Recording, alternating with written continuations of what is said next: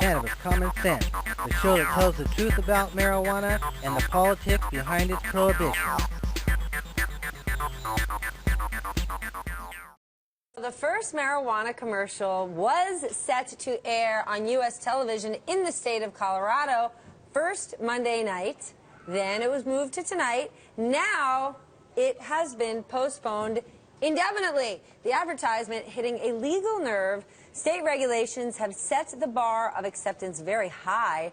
Ramy Inocencio brings us this Bloomberg exclusive, a very first look at the TV ad before it airs anywhere else. Yeah, that's exactly right. We got it airing just in a couple seconds, but of course want to talk about Colorado. It makes sense that the first television ad is going to air because Colorado was the first in the nation to actually legalize recreational marijuana. Right now, it is one of 23 states, including the District of Columbia, that actually has legalized marijuana. So I do want to get to this ad right now. It's just a 15-second ad, so let's go ahead and roll it. Sock it to us.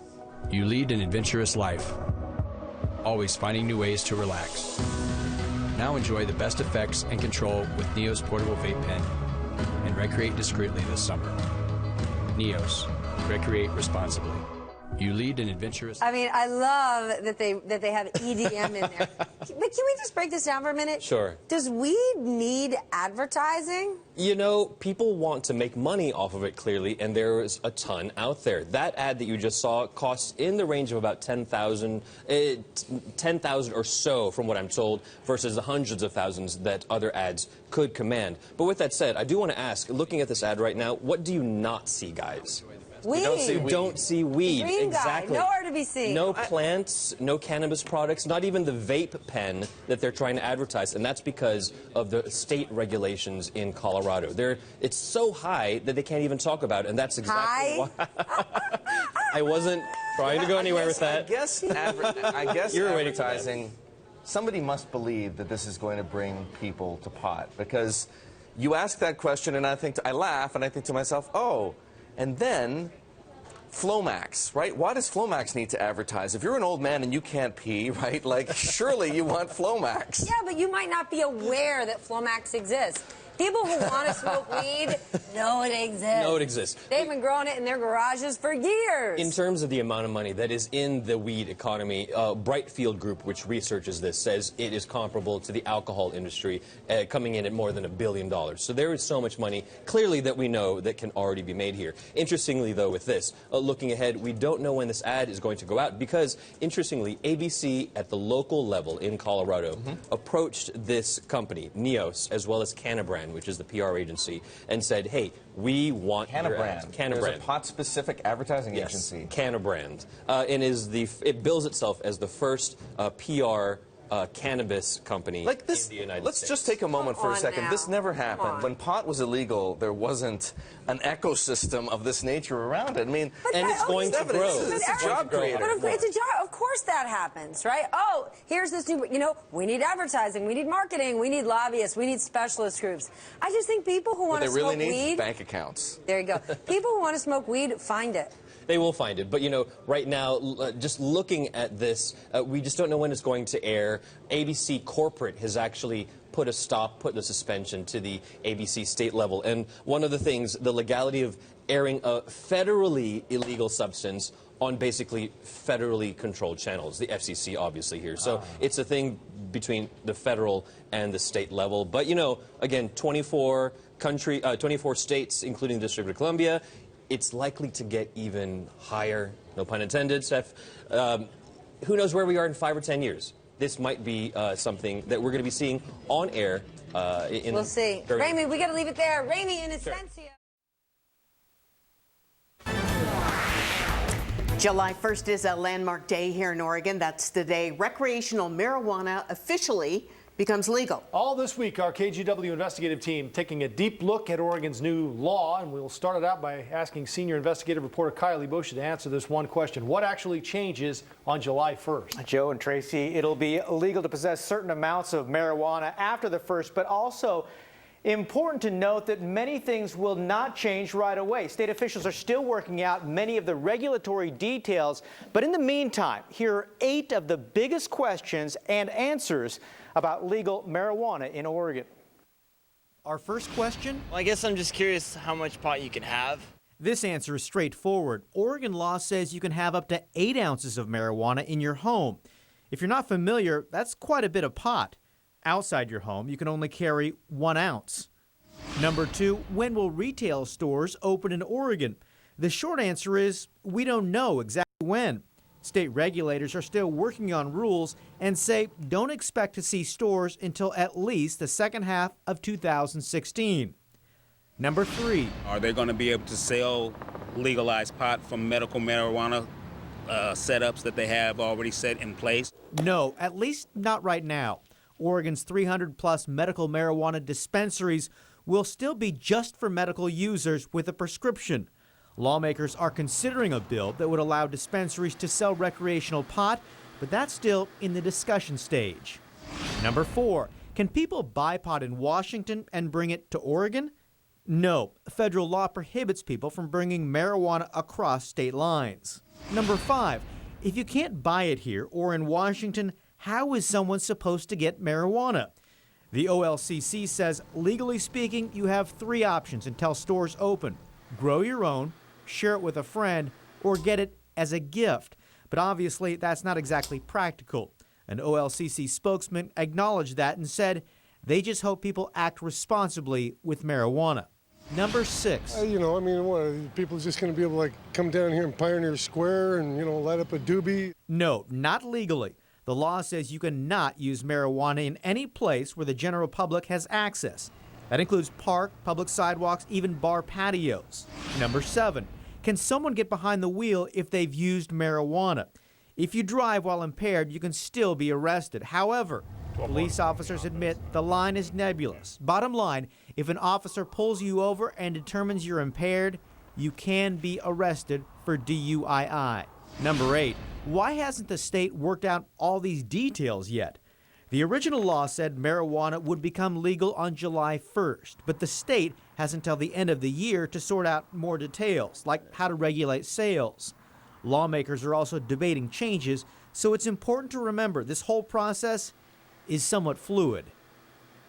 And we will continue all this week looking at a series of issues related to legal pot, including some prickly issues around employment and some advice for talking to your kids about marijuana. Tomorrow on KGW News at 6, we'll investigate how police officers will enforce DUII laws once marijuana is legal here in the state of Oregon. Back to you. Thanks for answering our questions, Kyle. KGW.com has a complete coverage of Oregon's new recreational marijuana law, including how safe it is, how to protect your family, and what it means for the workplace. We'd also love to hear from you. Join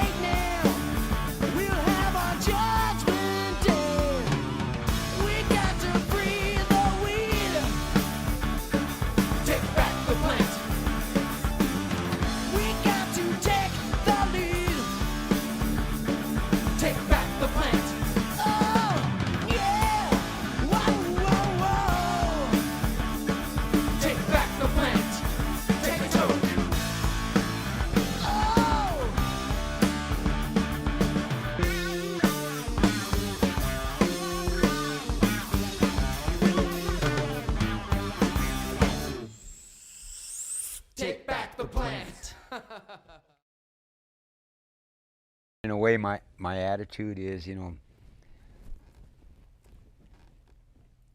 we can complain and blame the bad guys, and we can cry around a lot about how they're not fair and things like that, but that's who they are. Always been that way. All right, and that's just plain simple reality. It is what it is. And I just think when I look at hemp, I'm specifically towards hemp, is like they were mentioning earlier about the California Proposition 19. If that passes, see, then that's also inclusive of hemp.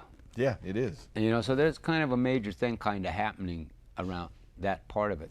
But anyways, I'm going to say about the hemp thing, the only thing I would add is, is like the people that really are seriously environmentally oriented, I think that there should be serious consideration of hemp. It's just at least check it out. Yeah, I think that's the whole reason it's illegal. And then, the reason hemp is illegal is because, marijuana was made illegal in the first place to shut down hemp. Exactly. That's why it was made illegal. They went after hemp through marijuana. That's correct. Yeah. Well, now marijuana's starting to come back in, so now bring hemp back in. The same way they went after it, let's bring it back in that way. But the marijuana prohibition had everything to, it didn't have anything to do with getting high on pot. It had everything to do with hemp. Cutting down the forest and the petrochemical now going to the oil stuff, all of this had fallen into place. But anyway, so I think people that are seriously considering about being environmentalist, and I'm not challenging anything they're doing, I'm just saying, hey, if you're for real about the environment, this is earth medicine. It's renewable, it's earth medicine, and it just plain and simply is. To the medical marijuana people, I'd say, all right, well, we're getting the medicine for ourselves. Now let's come back and get it for the earth, because she's the one that's given us our medicine in the first place. But see, I'm saying out of all of this, and out of the hemp marijuana people, we should be the ones that show our dedicated loyalty to the earth. All right, and hemp is, it's well, anyway, it's it's productive and it doesn't harm the earth. You don't need the pesticides, you don't need the chemicals, realities. Yeah, it helps regenerate the soil. We roughly estimate that about a third of the people are receiving letters of recommendation and approval for primarily emotional or mental problems, and that cannabis is a unique psychotropic in this context, in that it has effects on both cognition and affect that also are inextricably connected with different kinds of physical functioning. For example, with anorexia, people get inadequate nutrition because of their anxiety causing suppression of the appetite, and that when they receive cannabis, the nutrition is improved because the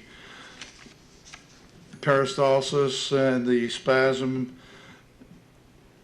is relieved, peristalsis is promoted, so also evacuation, which then produces improved mood and improved functioning.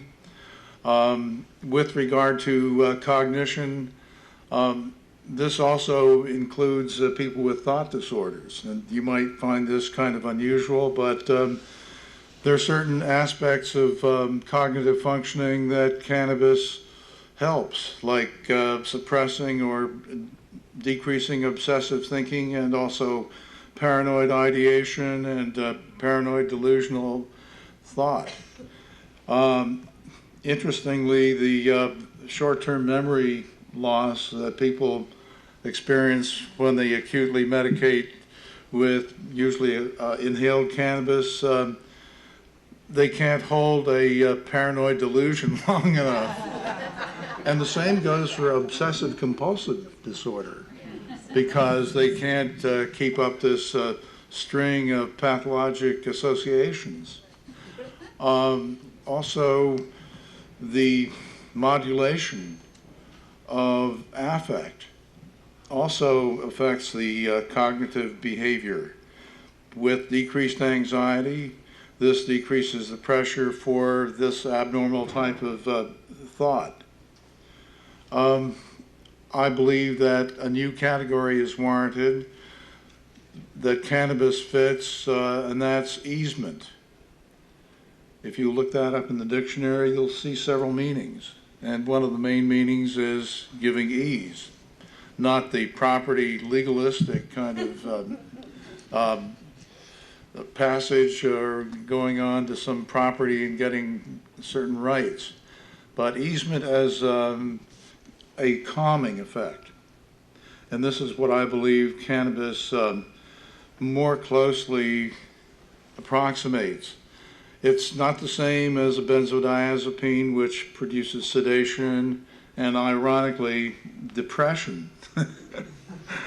There is no free lunch pharmacologically. So people do not like the benzodiazepines and other sedatives for these kinds of reasons, and cannabis helps restore emotional responsivity in a normal way.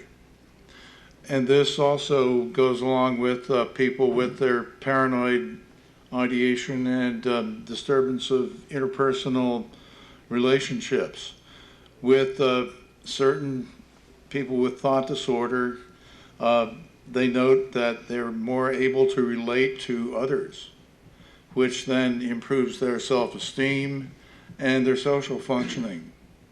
You're never going to find this written anywhere because of the psychiatric literature being horribly biased. And I've looked through the APA publications going back maybe 70 years, and it all is tainted with the antisocial element and calling it dysfunctionality or character defect or other kinds of pejorative, condemnatory terms. And it's all pill pushing. It's all medication.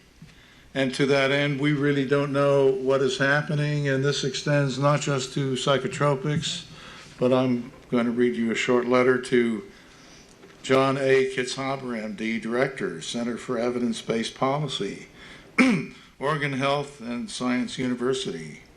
And this is who I suggest if you want to contact to embarrass a little bit. On February 25th, I happened to view a panel presentation by your organization on C-SPAN on the cost-benefit study of different pharmaceuticals contracted by AARP.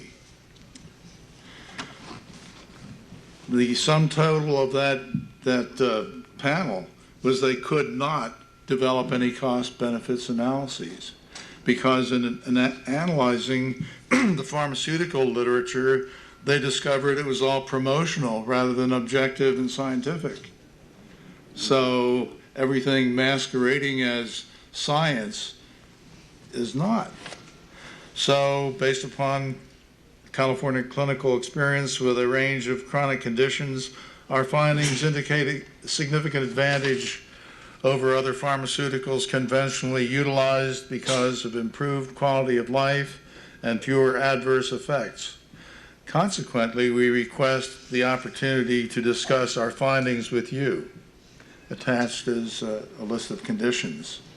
And guess what the response was?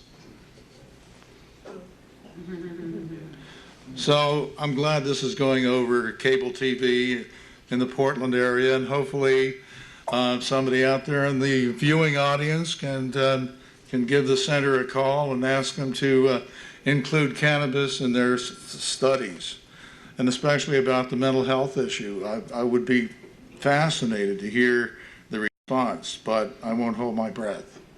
May I interject just very briefly? There's research I'm sure you guys are all aware of about the synergistic effects of the receptor effects of opiates and cannabinoids, where they basically are hitchhiking with each other, and much smaller doses of both medications create the same benefit with, of course, much less side effects. These are really remarkable findings, and I really regret that there aren't physicians who are just monitoring the reduction in the prescription patterns of their patients if they doubt that cannabis is useful. You think that's new? If you read marijuana medical papers, in the Ohio State Medical Society meeting on cannabis in 1860, Dr. Frommuller from Ohio reported that using an alternating courses of opiates and cannabis for treating chronic conditions reduced dependence on opiates. 1859 this was written. And so, you know, this is something new. No, we're talking about the takeover by Big Farm and ruining policy through their special interest money. And furthermore, the fact that this whole system, can I use my favorite phrase? Oh, why not? Monomolecular mercantile madness. This is all patent office driven.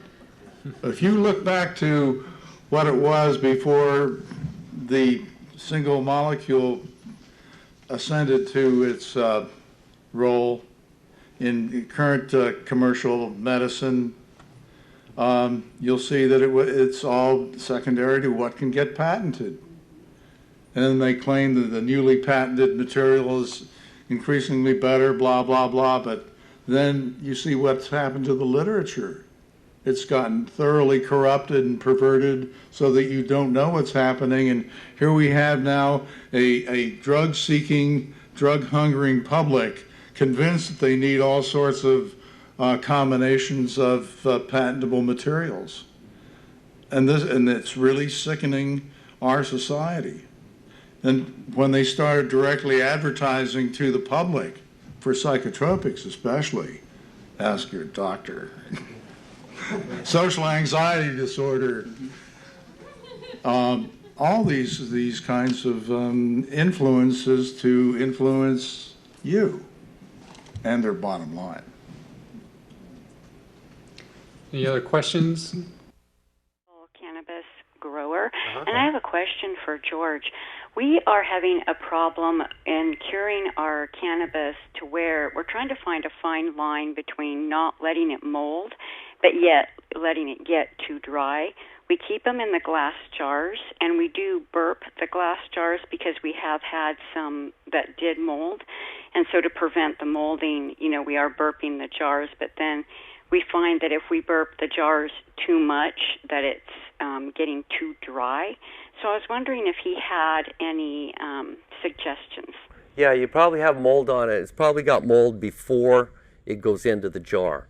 And generally what happens, you probably have all kinds of mildew. The big one is a powdery mildew. And botrytis isn't so bad, but that's botrytis cinerea. But you can have this powdery mildew, and this year it's been horrid. We had 1 year in Spain where it was horrid, 2 years, and now it's not so bad. You have to start controlling it early on because it's a systemic thing, and it could start in your plants already, right? And you have to kill it before it gets in if you want to do it organically, because there's Bacillus subtilis is one of the bacillus, bacterias. And Serenade's one of the products that they use, right? And you have to put that on your plant before the mold comes. And then you have to keep that up before the mold comes. And then after that, keep other plants that are molding away, because this year it was horrid. Everything had mold. I have crepe myrtles where I was growing this year in California, and they had it. My plants got it. I kept ahead of it on some of them, did an experiment on the others, and they didn't look too well. But anyway, there's that point. You start there, and then after that, when you harvest the plants, you take all the branches, and you put them in a bucket, a container like this, full of water with, like say, a 2% solution of hydrogen peroxide, yeah, H2O2. And then you soak them in there for a while. It sounds kind of funny, but you soak them in there. The mold floats up to the top. You skim that off. Might take a couple of times, and then you skim that off, and then you take your plants and you lightly spray them with water. I don't know exactly what it does to the trichomes. It may beat them a little bit, but I would use like a light spray, not heavy spray, just to kind of rinse it off. And then you shake that, and then you let it dry, or you can put it in a harvesting machine, or a trimming machine. But then you can put it into your container, But the second control I already gave was, when it had mold on it already. And that stuff, it's hard to see, Once you see it, it's there. It's inside the plant. You can't change that.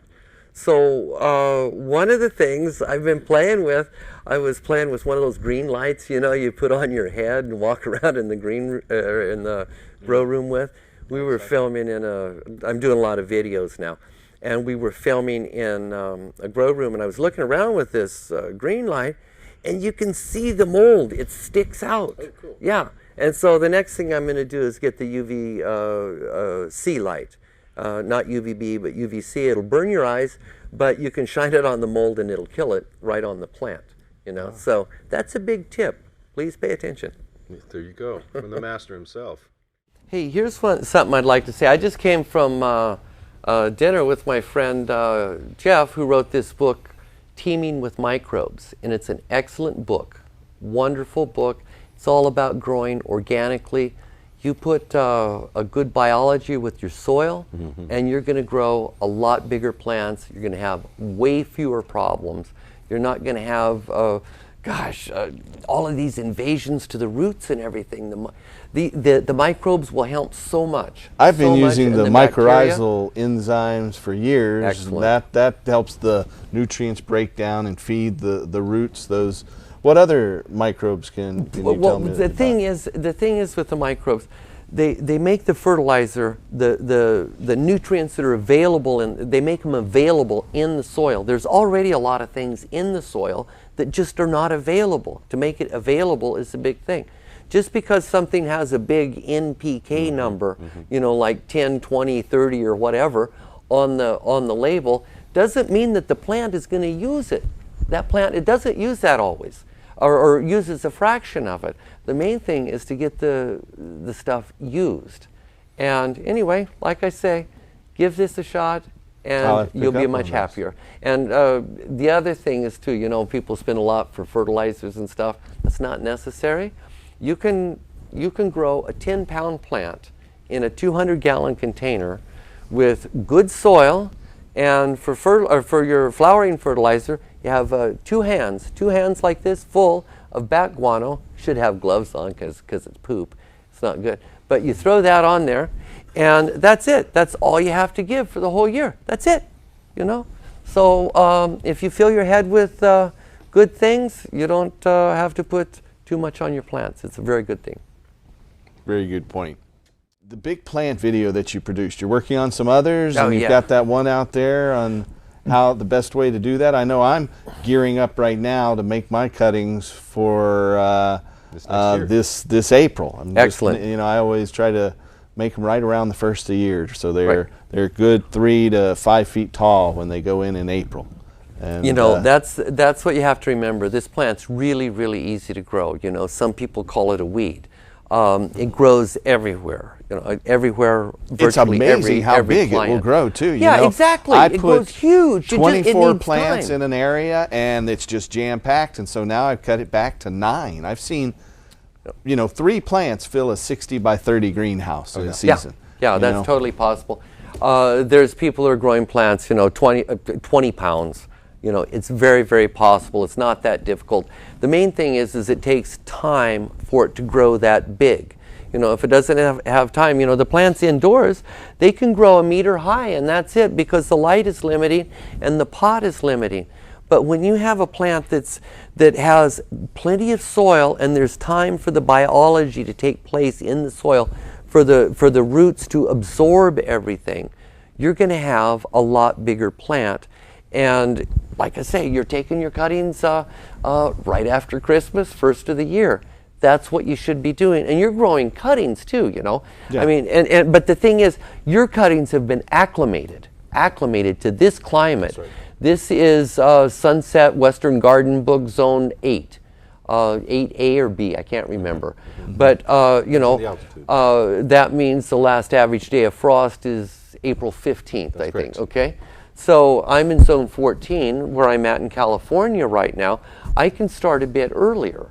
But the main thing is, you can put these plants outside. You got to keep them from flowering, so that means they're going to need a little light to keep it from flowering, because, you know, it's a daylight sensitive plant. But the other thing is, they're going to need heat, and that's about it. It can be raining cats and dogs outside. As long as they're warm enough, they're going to grow. Yeah, and they don't need tons of light early on in the year.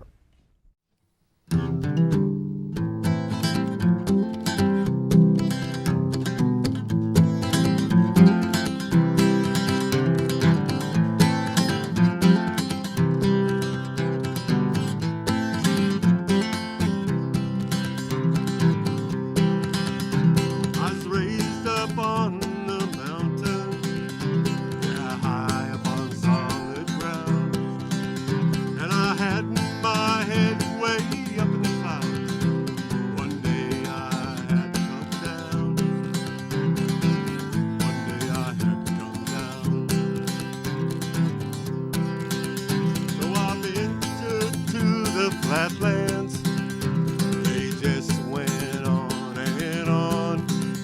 Before I ever got to the other side, I started missing home. Started missing home.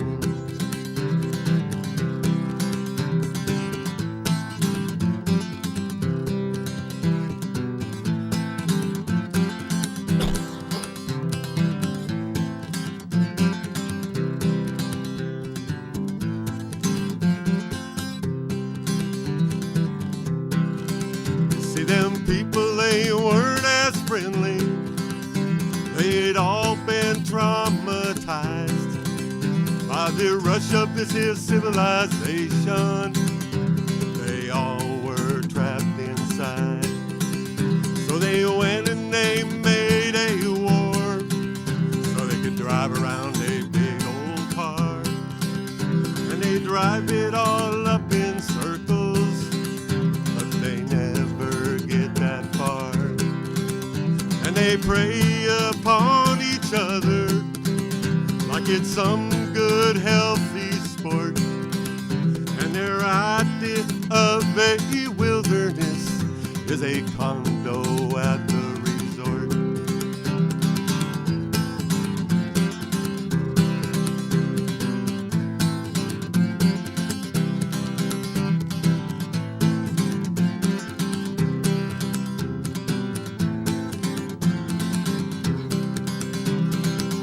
They only make rules that benefit the ones that lock you up. And there's not much more to say, except this whole place is damn corrupt. So I'm going back to my mountain, and there I'll spend my days. And I'll make love to my mountain girl, and I'll smoke my OG haze, and I'll live my old school ways.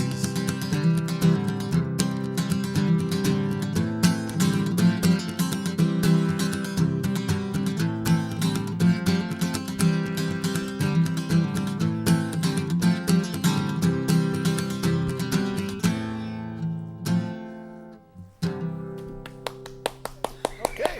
Thank you, Jim. Appreciate that.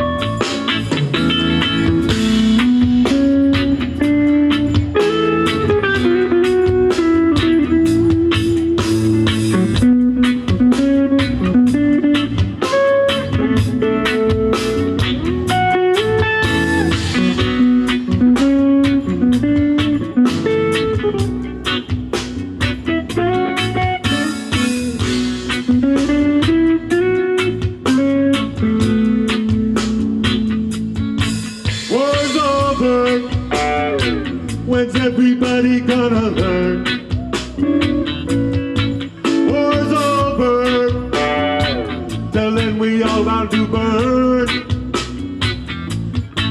War's over, unless you're caught up in that lie, that same old lie. War's over, obsolete, so let's all get together and get high. Thousands upon thousands am I dead. These words just did not sink in their head. So many give, so many more than take. Until it's up and turn off, it just have to beg. War's over, when's everybody gonna learn? War's over, until then we burn. War's over, unless you're caught up in a lie, that same old lie. War's over, for God's sake, let's all get high.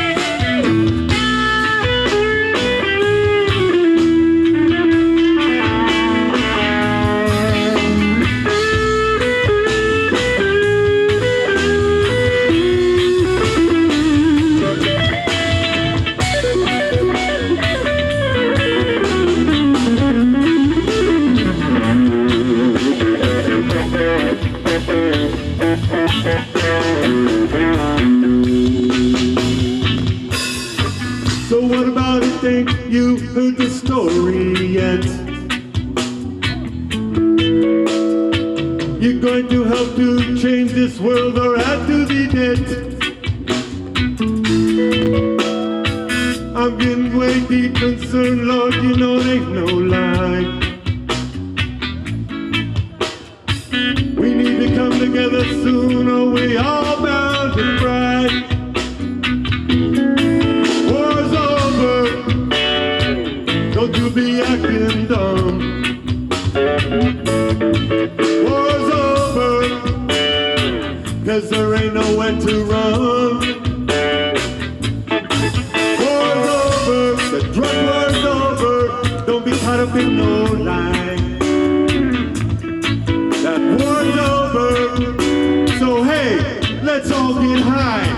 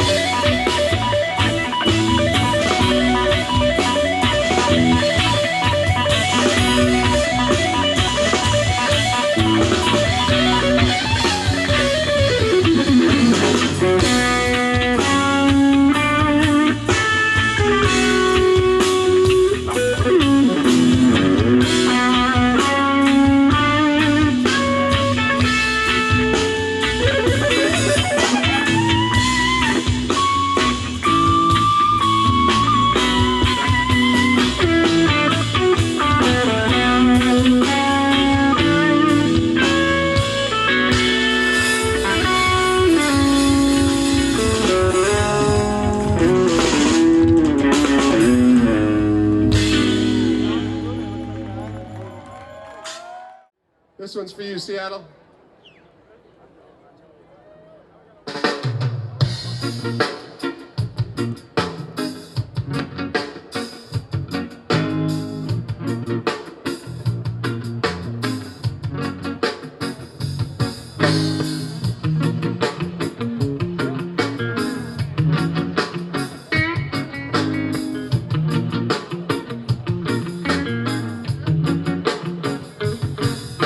I smoke 2 joints in the morning.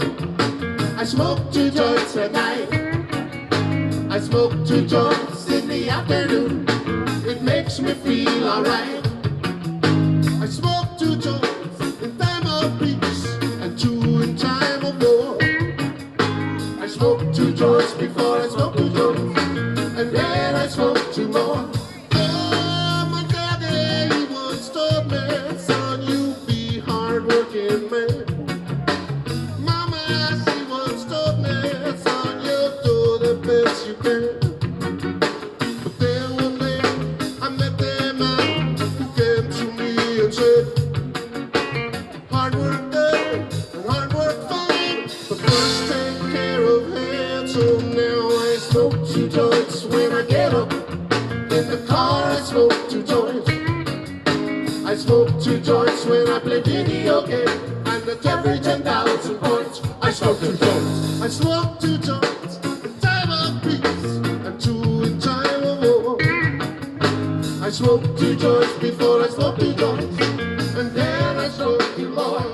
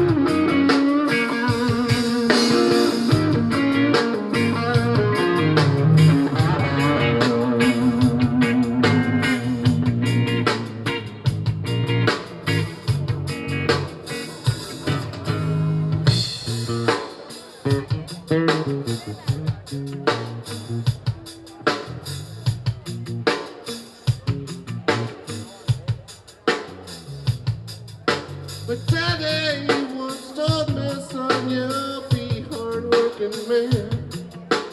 Mama, she once told me, son, you'll do the best you can.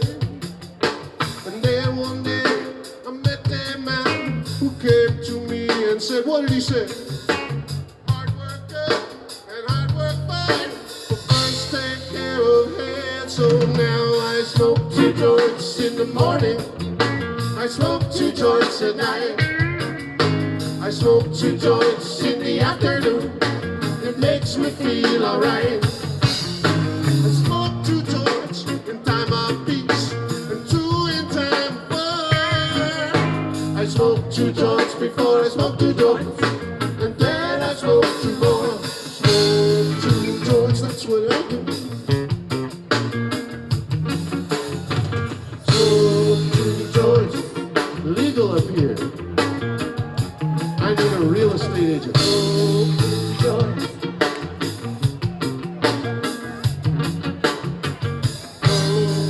Come and smoke 2 joints with me in the morning. Come and smoke 2 joints with me in the afternoon. Yeah.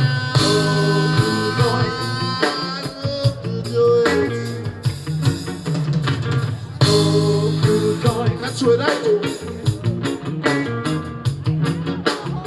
Smoke 2 joints. It's an executive order by the president that says industrial hemp. Industrial hemp is a strategic food and resource for fiber, which you can make clothing, canvas, paper, and also that cellulose can be used to make the new substance in 1936 that the DuPonts wanted it to just be made out of coal or out of oil. You can use the same byproduct, you can use the same product of cellulose in the stalk of the sensimilla. In other words, we could be growing medical marijuana and take the stalk of it and make plastic to build homes for Hawaiians at very inexpensive rates. Or we could build an automobile. I could show you a picture real quickly here on page 50 of a car that Henry Ford made out of cannabis. I know it's hard for people to believe it, but here's a car made out of cannabis that not only did Henry Ford want the car to be made out of plastic made from hemp, but he wanted it to be run. In other words, the fuel. There was a process where you could renewably take plants, especially hemp, and after you take the seeds off for the food to feed starving people or to feed animals or to press that oil into the lubricating lubricants for the grease and the oil in the car. So literally we can use plants, natural resources given to us by God, our Creator, to solve problems here in Maui.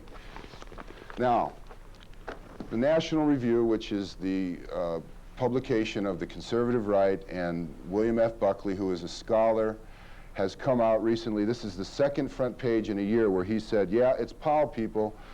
The war on drugs, is the war on drugs really lost? And he gives 17 scholarly points in this magazine where he feels that the way to go is harm reduction and immediate relaxation of laws against cannabis for even recreational use.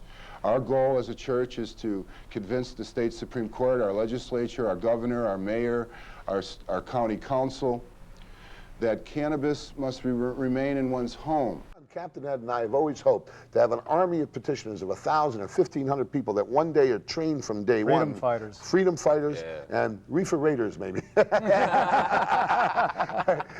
Ronald Reagan said reefer people could never make the ballot, that our minds are too slow. Well, Ronnie, my mind's not too slow, and I don't have to read my lines. That's right. That's right. Now, do you think you're going to succeed? Oh, yeah. Well, nobody can beat the truth. Can anybody beat the truth? Absolutely not. No, absolutely No not. way, man. This man and I have been out there telling the truth, and nobody's ever said we're wrong. They keep arresting us 33 times. They have beaten us in jails. They have done physical things to me I'm not going to describe on this air, but there's nothing that can beat a fact, and there's no, and I don't care how popular a president thinks he is, when people realize that he's killed off a planet, and he's killed off the knowledge of a planet, and he's allowed millions of people to die prematurely and in pain and in misery, and has ruined the quality of life that can be gotten with a good, simple medicine that never killed anybody except at the hands of bad public policy and police carrying out bad public policy with a vengeance. You got your PhD from the University of Oregon Medical School, which is now known as Oregon Health Sciences University. That's right, yes. And while you were there, I know you told me the story about finding huge gallon jars of cannabis in the cupboard. Yes. When I started as a grad student at the medical school, Dr. David, the chairman of pharmacology, says, Levesque, I'd like you to go in and straighten out the stockroom, whatever, just straighten it out. And the first thing I found was a gallon jug of cannabis cough medicine. And at that time, it was illegal for cannabis of any sort to be anywhere. And this was 13 years after 1937 or so, something like that. Yeah. About 1950. And it was manufactured by Park Davis. And so I said, well, if Park Davis paid me to go to medical school. So I just said, if Park Davis says this stuff is good for cough medicine, it must be good. So I poured myself a pint of it like this. And it's probably out in my barn someplace, and it's probably still good. All right. All right. That's a great story. This is an Eli Lilly container. We're going to do our little show and tell here. Here are several cannabis-based products. This one is Sunny Hemp from Nature's Path. You can pick these up at most local grocery stores, not drugstores, but grocery stores. And so they're nifty little hemp bars. Next door, we have Emerald Empire Hemp Munch, toasted hemp seeds. Emerald, the hemp company of America, is based right here in wonderful Oregon, and it's a tasty snack. Right next door, we have a hemp tea product. I used to drink these in Switzerland back in the late 90s, and marijuana was actually legal in Switzerland from 1997 to 2002. when an initiative made the ballot in Switzerland. Switzerland invented the initiative process. It went into effect from '97, was voted down 52 to 48% in 2002. The United States DEA spent about $10 million to defeat it. That's in a country of 4 million Swiss voters. So our federal government went in there. The Drug Enforcement Administration spent $10 million to make sure the Swiss hemp bill lost, and it did. I feel safer. So yeah, and so next door we have a embossed bottle of Dr. Craddock's Cannabis Indica. I don't know if you can see it on there. Well, you guys with the HD TV, you probably, oh yeah, there it is. Nice, Cannabis nice. Indica. Nice. From Dr. Craddock of Philadelphia, Pennsylvania. Right next door, we have a full bottle, speaking of cough syrup, of Linden's Cough Balsam. And it's got about a dozen different languages on it. It's Mostly Polish. most Polish and Eastern European languages.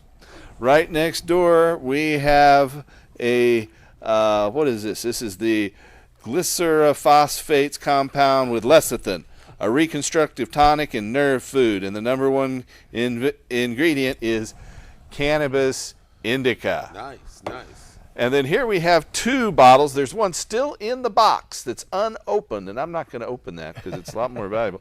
And this one just has some residue inside. And this is the Lloyd Brothers Cannabis Extract. So that's another nifty thing that shows its medical utility. And last but not least, we have Eli Lilly's pint bottle, fluid extract number 96. They had about a dozen different cannabis compounds, including powdered hashish and fluid extracts and tinctures, and then they mixed it just like this other one, the glyphosate nervine. They mixed it with several other things, so it wasn't uncommon to find these nerve potions that included cannabis. And so there it is from Eli Lilly.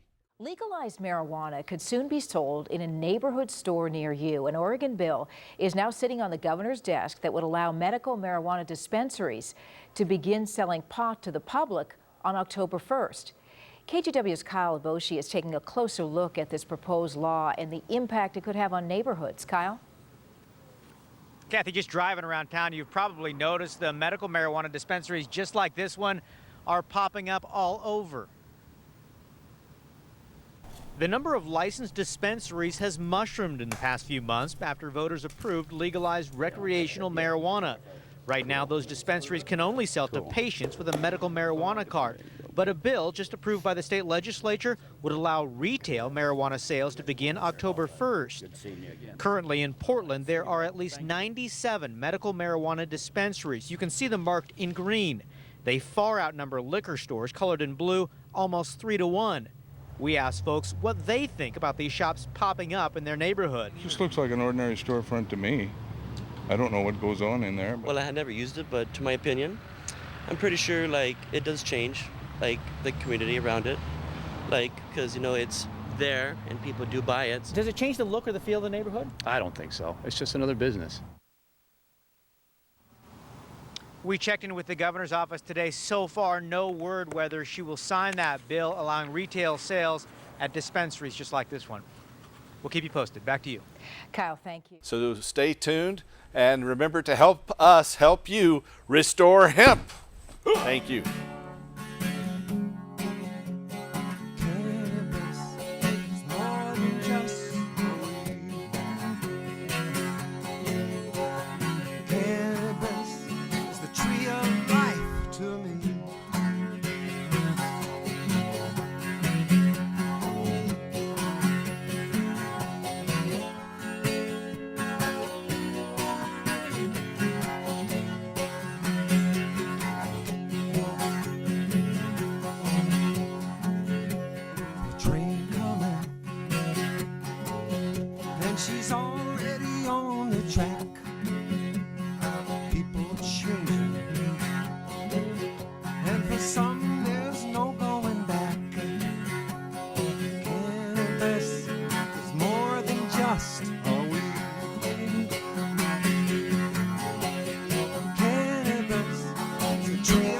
life to me.